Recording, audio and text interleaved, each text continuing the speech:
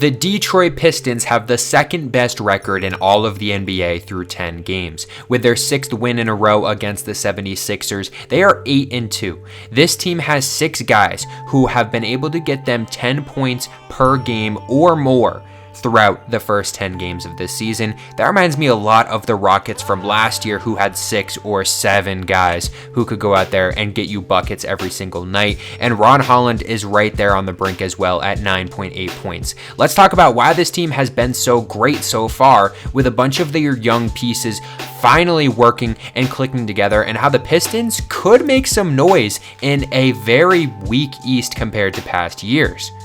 In what we know, the East is going to be very, very different this year from what we saw last year.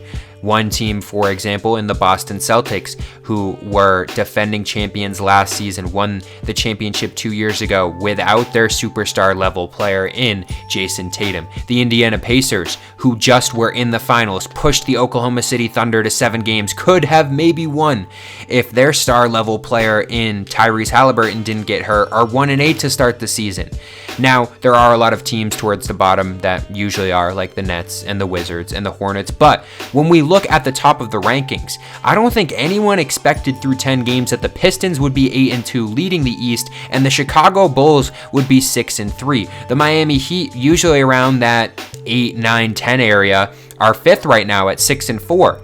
Teams like the Celtics, the Sixers, the Bucks, who have historically throughout the past decade or so been at the top of the East, are towards the bottom. The Sixers at 6-4 are 7th. There are a lot of teams bunched around that 6-3, 6-4, 5-5 area. The East has been very competitive against each other so far this year. But the Pistons, like I just talked about, have been fantastic. Behind their guy, their franchise player in Cade Cunningham, he has been great so far this season for them, putting in 25.6 points per game so far, 4.8 rebounds, and 9.7 assists, which is something that I really want to point out. You know, they drafted him about 4 or 5 years ago in 2021 with that first overall pick, and now he's developing into a guy that can give you 25 and 10 a night, 25, 10, and 5 almost a night. And his shooting so far hasn't been fantastic, if we're being honest. He's shooting 46% from the field and 31% from 3, which, when we look at his career, isn't that far off, if we're being honest. His 3-point percentage is usually around 34% for his career. He's shooting 31%, and his field goal percentage is only 44%. So he is shooting a little bit better than he usually does, but I still think that there's some room for him to improve as well. And saying that, putting in 25 points per game, this guy really is going to be a franchise player for the Pistons. He has that swagger. He has the leadership so far for this team as well. You know, they do have some other young talents on this team. A guy in Jalen Duren, who they got in the first round pick in 2022. Ausar Thompson, who they got in the first round of 2023.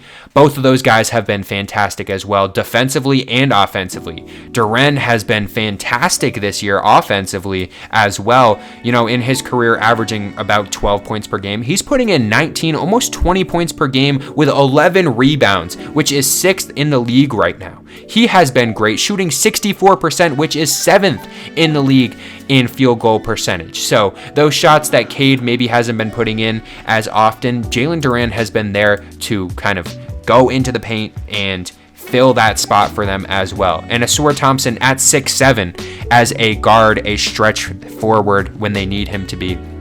We know how good him and Amen can be defensively. Both of these guys fantastic. But Ausar, I mean, he's putting in nearly 14 points per game and 7 rebounds so far as well. He hasn't got those assist numbers up, but Cade's putting in, 10 almost per night now at the guard position. So we should see an increase in Ausar moving up. In his career, he hasn't averaged that many assists as well. We haven't really seen him become that playmaker as we know when him and Amen played together. Ausar, more of the shooting guard role, Amen more of the passer, but he has got those looks, and he's not the greatest three-point shooter, obviously shooting 20% for his career, 25% this year so far from the field, but he's been able to get in those spots and get to the rim. They have 3 great guys that can get to the rim in Cade, Jalen, and Ausar Thompson as well. And then you have a guy in a bench player that, in Tobias Harris, where you can say what you want about him, but at 33 years old, putting in 13.5 points per game, 6 rebounds, that's definitely going to help this team with all these younger players. You do need that veteran presence, and he has been there for him, and he has been great for them as well. Isaiah Stewart, Big Stu underneath, has been great, averaging over 2 blocks a game. He's been able to hold down that forward and center position when needed. Between him and Duran, they have been able to protect the rim very, very well.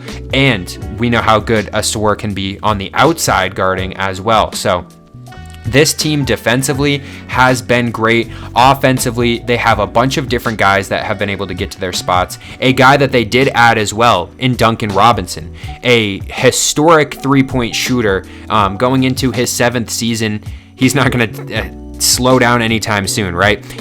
He's shooting 40%. He's a career 40% shooter from 3, and this season has been no different for him. When you look at his stats throughout his career compared to this season, his 3-point percentage, 39.7% for his career, 39.3% this season.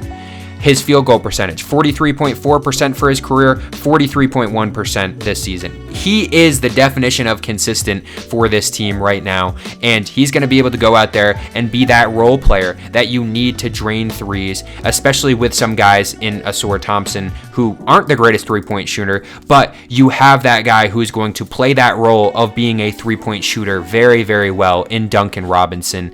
And this team does have height. I mean, when we look across the board, Cade Cunningham at 6'6", Duran at 6'10", Ausar Thompson at 6'7", Tobias Harris at 6'8", right? They have a lot of height, and they can compete with most of these teams that are building these larger lineups that we can see, like I talked about before with the Rockets.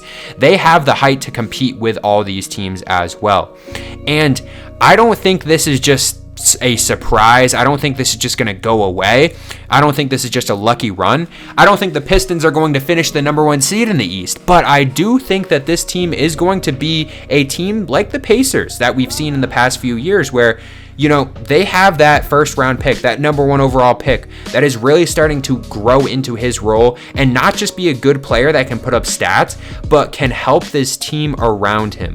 And I think that that is going to help this team tremendously. And I think the Pistons can be very competitive within the East this season. And these first 10 games, I think, will show a lot of NBA fans that maybe haven't tuned into the Pistons so far the past few years that they are all starting to develop together and finally becoming maybe a contender, knock on wood if you're a Pistons fan, but at least being able to compete in the East this season.